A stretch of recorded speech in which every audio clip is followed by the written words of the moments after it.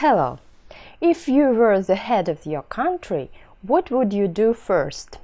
I'm going to say something stupid, because it's clear that first of all, becoming the head of the country, one should understand the whole situation in the country. But I don't understand it. But what angers me the most is the salaries of ministers. I advocate that people get rich from year to year and prices go down. But it should not be from the fact that in the country someone is infringed and someone is encouraged.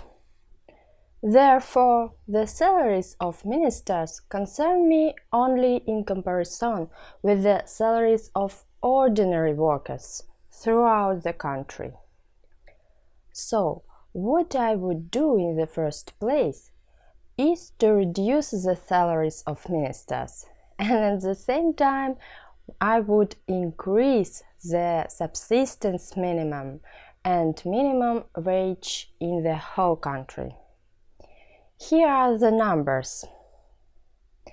2 years ago, our finance minister, for example, received 1.73 million rubles a month. Officials in the government received an average of about 700,000 rubles a month. Today, for $1, we pay 68 rubles. So, if you transfer the salaries of officials, the Minister of Finance receives $25,440 and government officials about $10,030.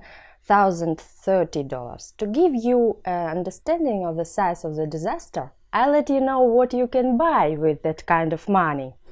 In Moscow, perhaps the capital of my country, no residential real estate cannot buy, but in my city, the regional city Rostov-on-Don, for 1.7 million rubles, you can buy a one-room apartment.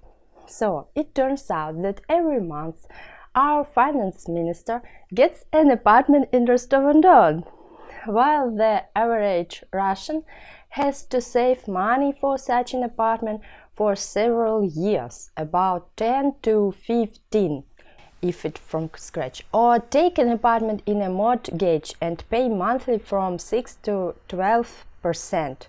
Yes, we have a very expensive mortgage. Now, about what we have this year's subsistence minimum. It's 10,326 rubles. The average salary in Russia is about 20,000 rubles. So, count it. On average, all the inhabitants of the country receive 20,000 rubles and one minister 1.7 million. Where is the justice? For what such knowledge and skills he gets so much? And the teachers who taught him get 20,000 rubles. So, first of all, I would correct the social injustice.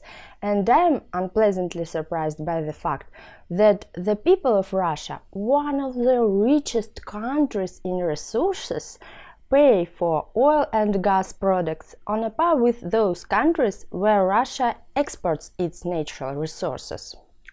So, an ordinary citizen receives almost no benefits from the fact that he lives in this resource country. And what would you do first if you became the head of your country?